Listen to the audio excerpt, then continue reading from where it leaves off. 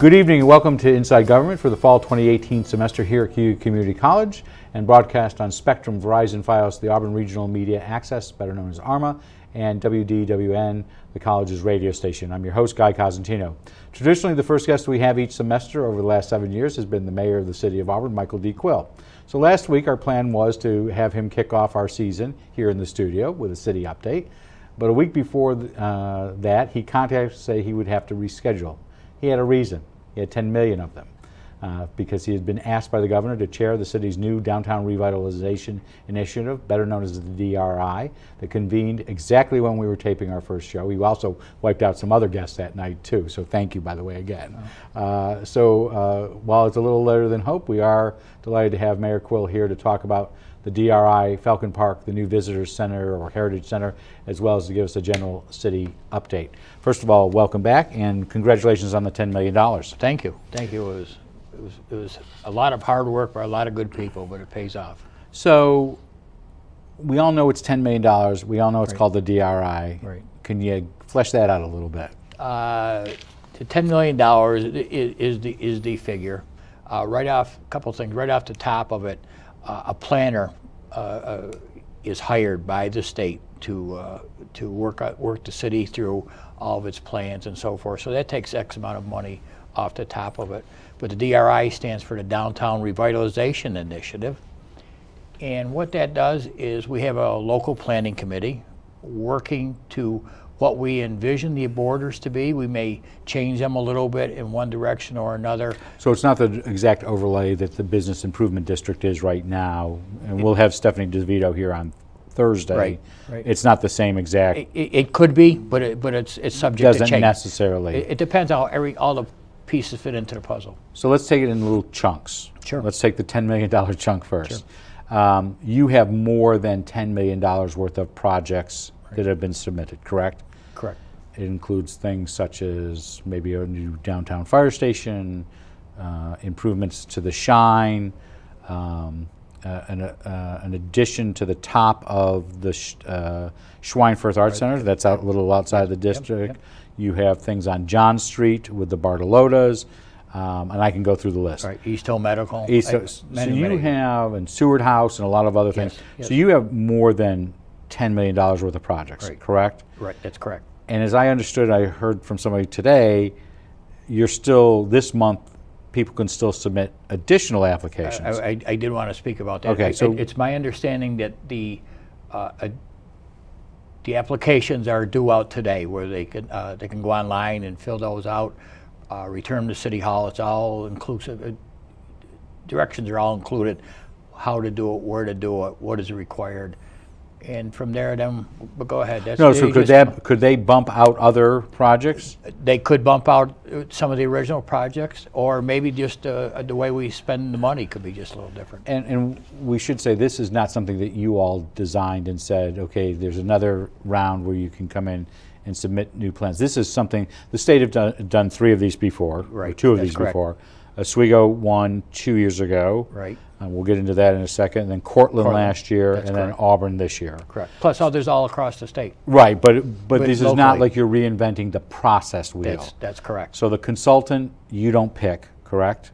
Basically, no. Okay, you get a list. But it's Bergman Associates who have done quite a bit of work in the city of Auburn and have worked very well with city staff. So they have an idea of what is going on here. They're not coming into a cold. So separate from the committee for a second, because we'll Sure. get to that. What do you see personally as mayor as high priority projects within that list? Just continuing everything we've been working on. You know, downtown, the Equal Rights Heritage Center. I see Nolan's building is just about gutted now, if not gutted. Whether that's on the short list, I can't answer that. So do they have an application in now?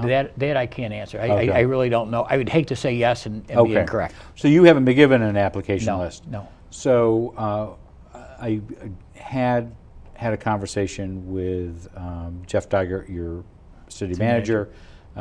He was at Boyle Center with me 2 weeks. You occasionally, you both switch off who gives the update from the city.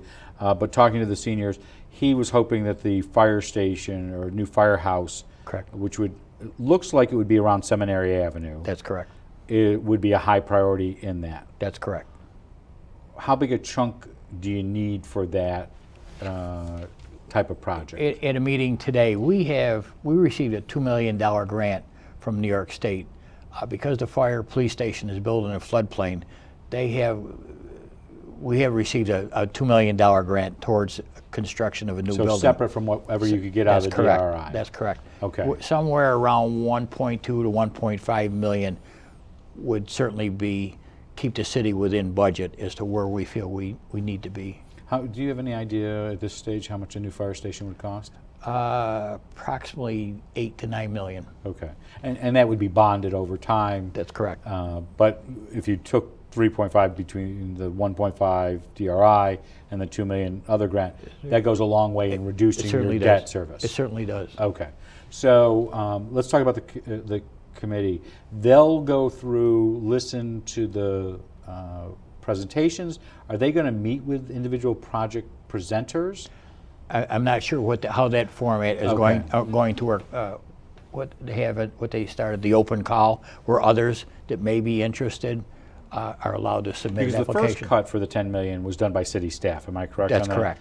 So the reason I ask this is because I know if you had, for example, the QUILL fund, and we've had out of the Central New York Foundation, they have a board of 8, 10 citizens. They go and meet with every applicant. Right. I didn't know if that was part of the process. I envision that each application will be aired by the entire committee, whether it's individually or whether it's a group at a meeting. That I'm unsure of at this point. And you're chair? I am co-chair. Co-chair. Who's the other? Tracy Verrier from the Chamber of Commerce. That's correct. And what is your role as co-chair? We're trying to figure that out right now. We had our first meeting last week, and thankfully we had the Bergman Associates were there. They basically led the conversation, led the meeting, worked us through a couple exercises. So we're taking a lot from their lead. How many are on the committee? I believe we're at 17. And those are all not appointed by the City of Auburn. You may have made recommendations, but they're state appointees, correct? State recommendations, state appointees. And many of them have a linkage. So a friend of mine, Jim Hutchinson, is with the Auburn Local Development Corporation. That could be a funding funnel. That John Courier is another one. John is a member of the Red Sea. Red Sea, okay. So there are different. Okay. The state, I want to say this I don't mean no disrespect. The state wants to keep their finger into it, so it's done. I'm surprised this governor would want to keep his finger. Let's not pick on the governor right now. No, but they want to make sure that this is done properly. They're $10 million. There's a lot of people that think the money is just going to, as I use the term, there's going to be a dump truck coming through town. So let's talk about the dump truck, and we'll come back to the committee in a second. There is this theory that there was going to just be this free flow of money, and that is not the case. So I think I remember talking to you sometime. It was up in Oswego, listening to the mayor up there. And the first number that stuck out to me when he did his first year report on it was $765,000, and they hadn't put a shovel in the ground. That was consultancy. Usually on a project of any scope, you're talking 12, 14%, whether it's architectural fees, design fees, permits, all that type of stuff. You're still looking at a chunk of this money that is not going to go to put in a new sewer line or a new new building. It's the money is not there. In my own terms, the money is not there for someone to say, well, I need a new building right here for a dress shop, and the DRI is going to come in and build a dress shop. There's a lot of skin in the game by the owner, the property owner. So I was going to say this. So such as the Red Sea, which is a separate regional economic development council, and those awards will be done most likely in late November, early December. You have to. It's a partnership. You don't just get a check. Right. No, you have to. There's quite a few hoops that you have to jump through. The viability. How is it going to improve? What's it going to do for downtown? Does it fall in within a geographic area that has been designated by the LPC? So it's just not money out the door here. It just isn't that one. LPC is what? Local Planning Committee. Oh, and yes. So how often will you meet? Right now we're meeting once, I believe, once a month. At the very beginning. For how long? Last week's meeting was approximately 2 hours. I'm sorry. No, how many more months? I don't. We're all new to this. Okay. We really are. So will the public have it? So I know there was a public be heard last week. Yes. Will there be a public be heard at most meetings? Absolutely. Okay. Every meeting of the committee, there will be a public to be heard. And when do you hope everything will be done to report out? It's Cortland, Oswego. It's taken close to a year Okay. before everything is done, because once it's all done, all put together, then the state goes through and makes sure they're in agreement with everything. So And sometimes in some cases, you may not have shovels in the ground until 2020. That's correct. Okay. That's correct. One place you do have shovels that are hopefully coming out of the ground at this stage is your new visitor center. Correct. That's correct. Correct. What's the correct title for it? Heritage and Equal Rights Heritage Center. Okay. So what's its status right now? This is the building across from City Hall and the garage. That is correct. Between City Hall and Westminster and Seward and Park and Garage. Our time frame, what we're looking at, is somewhere around the 3rd to the last week in October.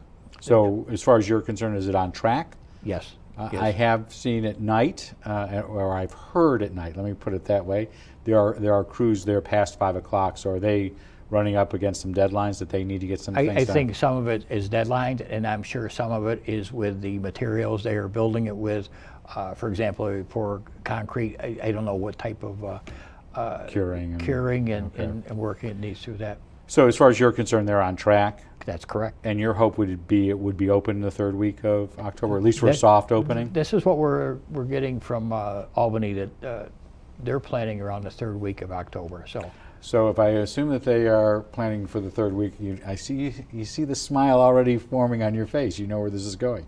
I'm assuming if you do a ribbon cutting, the governor will likely be here? We're certainly hoping he is there, Okay. and also the lieutenant governor, who's become a good friend to Auburn. Well, and she was here for your original yes, the groundbreaking. Groundbreaking. Yes. Will the statue of I know the Cuthberts, and we talked about this at the end of last. I think we talked about this in the last show you were on.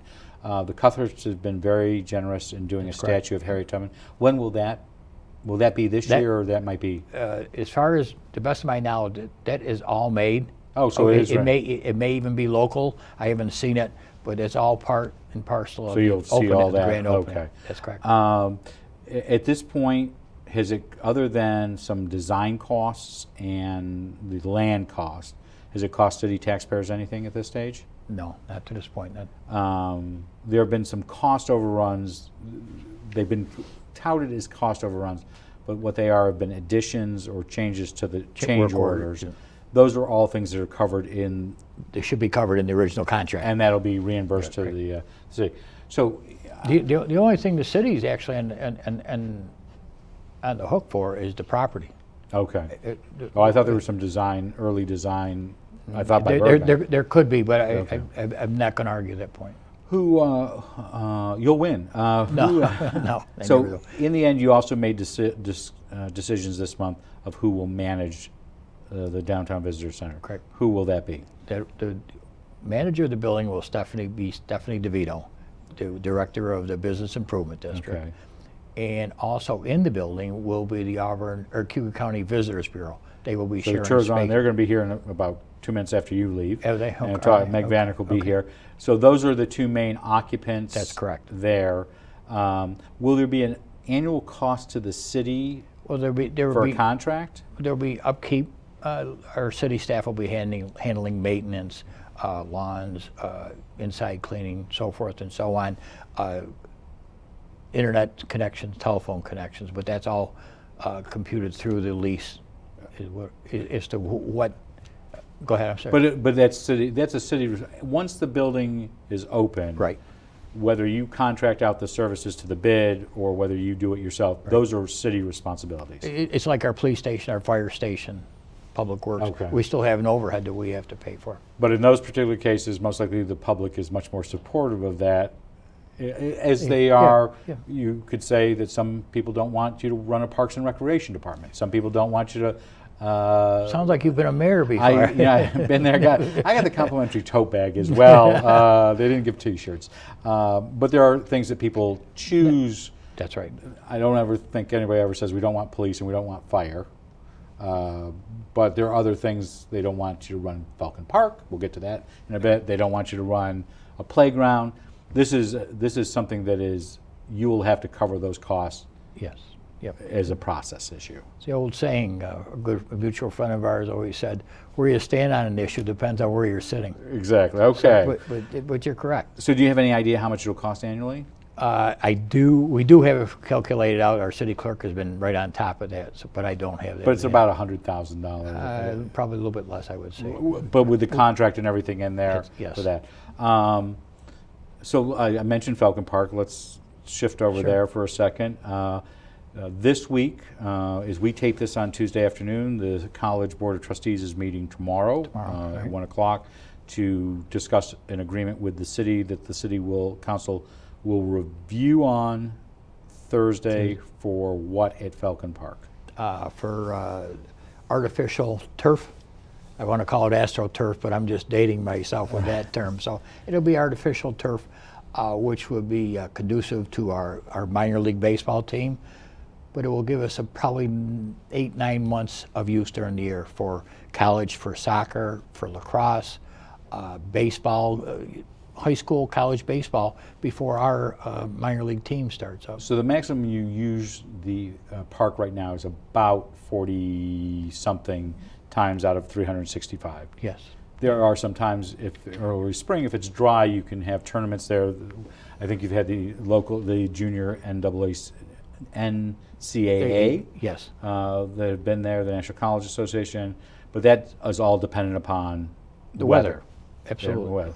So what is the city's role in this process? The city will maintain ownership of the park. We will be responsible for the park. I don't want to belittle, but the college will basically be, along with other colleges, will be leasees to have their ball games there, their soccer games. But the main leasee is the college. Yes. And they will get reimbursed through their rental agreements to pay what will in essence be the bond payments. That's correct. That's correct. So your bids came in last week. Right. Substantially lower than you expected. Yes, which we were very pleased with. About 1.4 million. 1.4, 1.5. And I know the Citizen has a story today that it says 6 million, but that's over a 20-year period, and that includes operating costs. Yes. So, in essence, you are a pass-through to do the work, but the college will then go in there and be using it for their sport. That's correct. And there was an agreement worked out last year for baseball. That's correct. That's correct. So, you know, our ballpark, it's a beautiful park, but it does sit idle from approximately maybe May at the very earliest till September. Most of our minor league ball players go back to school. It doesn't sit idle from May to September. It's yeah, everywhere else it is. Yes, yeah, I'm sorry. So, speaking of ball team, one of the issues that has always been a concern for the city in the last 10 years has been the relationship between the city and the New York. Yes, yes, they are. There's a couple other teams in the NYP League that already have the turf, but it's not unheard of in minor league baseball. Okay, so they've signed off. In the parent team, the Washington, have signed off on it also. Do you know, we've talked about this on and off, and I think we've talked on and off with Mr. Duggar. Do you, the city manager, do you always have to worry that Major League Baseball, do you have numbers yet as to whether or not the team did well this year, at least as far as the city's concerned? I've seen numbers, but they were rough numbers at that point, and that will be coming to council soon as to where we stood for the year. Do you think they broke even at least? Very, very close. Okay. Very, very close. So this will go before, like I said, the College Board of Trustees tomorrow. Right. I believe they will vote on it possibly as early as tomorrow. Goes to City Council. When will you vote on it? If we, it'd be the following week, the best, or maybe 2 weeks from there. I'm not sure yet what the agenda is. And I know we try to keep in line. I will be, I'll be back for next week's meeting, so okay. I'm counting 5 votes. So, okay, yeah. So because you have to bond for this, and that takes 4, correct? Yes, that's correct. When would construction start? Almost immediately. They want to get shovels in the ground right now. And when would it finish? If the weather's right, somewhere around Christmas, a little bit after. Okay, so this would be ready for the next season, and absolutely, there'd be no downtime. So the question is, because you traditionally do a first pitch in there, right. Will that help your pitching at all?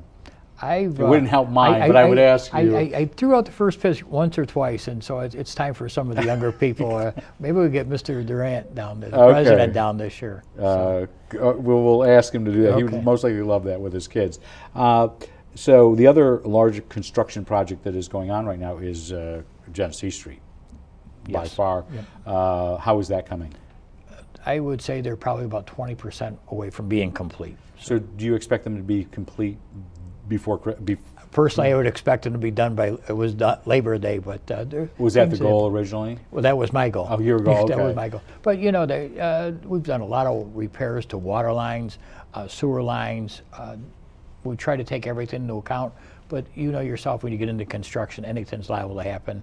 The weather's been fairly good, so that's helped a lot, but you always encounter something you really did not expect. But as far as you're concerned, most of this has been, construction-wise, it's been on track. Yes, yes. And your hope is that this will not go into 2019 is your expectation? If it does go into 2019, it's going to be minor cleanup work? Cleanup work. Okay. I know this week they were working on bricks downtown, different things like, you know, in the sidewalks and areas like that. So you have lost some parking spots. Mm-hmm. You can tell because the spots seem to be larger as you're in the downtown. Sure. Any idea how many spots you lost? No, they were made wider intentionally to accommodate with the back-end parking. So back-end parking, or that everybody seems to have an SUV? Both. Well, I ask that because there are a lot of large vehicles. Yes, there are. I know you have said that you have been frustrated with the back-end parking. Some of your fellow members of council have been frustrated with that. Do you see at some future date the city trying to get back in either pull-in parking or parallel parking? No, I do not. I texted the city manager yesterday. I drove through downtown at noon, and the entire area where the back-end parking, everyone was parked properly. No one was illegally parked, and I told him this is the first time in 6 months that I've seen everybody in the right way. So I think you and I joked about this. I know I joked about it with him as well. As I wonder when the city went to pull-in parking, because as a kid, it was I remember it as parallel parking. Right. When they went into pull-in parking, how many letters to the editor there were? Well, back then. I always tell this. I feel sorry for the first mayor, and I believe it was 1929 who put the first parking meter in. So you know, we all have our crosses. Well, I remember reading, you know, not to get so far afield, but I remember reading one of the Osborns talking about the state of the city, and his state of the city was that they had to deal with both horse-drawn animals and new automobiles and traffic signals. They didn't use the word traffic signals, and nothing was going well. Well, no. So you think that I think it'll just with time this will... From talking with my fellow councilors and everything, this is the way we're going to stay unless something really, really drastic that I couldn't even imagine would want to change it. And we've also had conversations, maybe this thing to do and it's too late, but maybe we should have went back to parallel parking and extended the sidewalks for the cafes. That summertime people love the downtown, you know, the sidewalk cafes, but it's still a long winter that you have to shovel the sidewalks out and so forth and so on. So a question we did get from a viewer, is it illegal to drive into a parking space now? You can put me on it. We have to pass a local law to enforce the reverse angle parking. Okay, so because I was down there on Friday night to go see a play, strongly recommend Betrayal at the Auburn Public Theater, since one of my predecessors, Dan LeVay, in a different job, is directing that. But there were people who were parked every which way. No, they weren't every way, but they were nose in, and I thought, so can you ticket for those?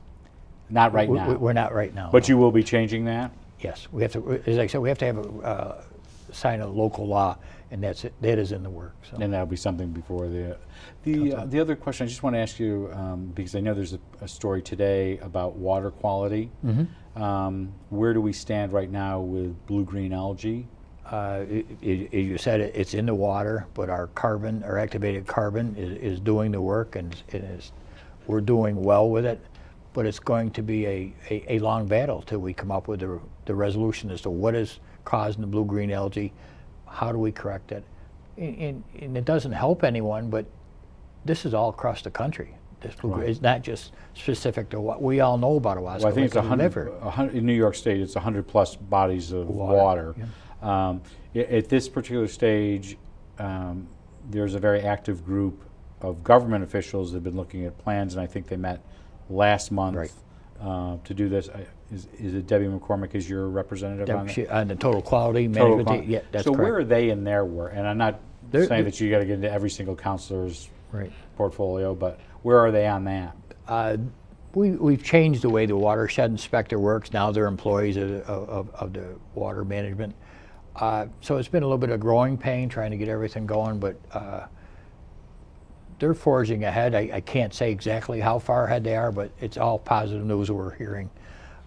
What's happening a lot is that the state is very benevolent with money for equipment or whatever you need, but we don't have the money for boots on the ground to enact. So operating. They're fine for capital, but not for operating. That's correct. Do you see at some point there's this continual disagreement of who is responsible? And there are those out there that claim that agriculture, and you can mix in a whole lot of it. We pour a lot of blacktop now than we did 30 years ago. It's less porous, especially along the hill area, as we develop into the towns and the villages. Is that something where we're going to need some regulation from the state? Because it doesn't look like a city or the county can do that. We will. But we need to find out, first of all, what is creating this? What is causing it? As I said, it's not only Auburn or in Cuyahoga County, Owasco Lake, but it's, Cuyahoga Lake, it's Skaneateles Lake. So there has to be they have to come up with a reason what is causing this, and then how do we become reactive? So you're not one of those who say that it can clearly be traced to agricultural runoff? I don't know enough to make that. Okay. Will that be something that comes before council, or does that go with this larger management group that will? I think it will do both. It will have to go through the management council and also to city council, as we are responsible. You know, a lot of our watershed is not the way it was 20, 30, 40 years ago. It was, you know, it was forest, it was woods, it was grass, things like that. The south end of the lake. Things have consequences. Absolutely. You know, it was a great idea at the time, and it still is a great idea, but things change, and we have to be proactive, not reactive. All right. We want to thank Auburn Mayor Michael D. Quill for joining us over the last half hour to give us a city update, especially on the downtown revitalization initiative. Congratulations again on that. Thank you. Hope you'll come back in a couple months and give us an update on that. I'll be glad to. You should be farther along in the process. I'll be glad to. We will be back in just a moment with Beyond the Front Page, where we'll be having a discussion with Meg Vanek, who is the outgoing director of the local tourism office, as well as her board president, Jessica Cantu, to talk about what they're doing when it comes to tourism and get an update on that. We'll be back on Thursday with a Beyond the Front Page that will feature Inside Government with Stephanie DeVito, because that's the tax district, to give us an update on downtown and, more importantly, what they will be doing with the new visitor center that the mayor just mentioned. And on the Beyond the Front Page, we'll have Jim Van Arsdale and 3 members of Perform for Purpose, a musical group that, if you haven't seen them at a local not-for-profit organization outdoor event in the last year, you haven't gone. And we're delighted to have them in the studio and give you some sound clips from them. Starting next week, though, we do end through the end of October. We hope to bring you a series of candidate forums co-sponsored by the Citizen.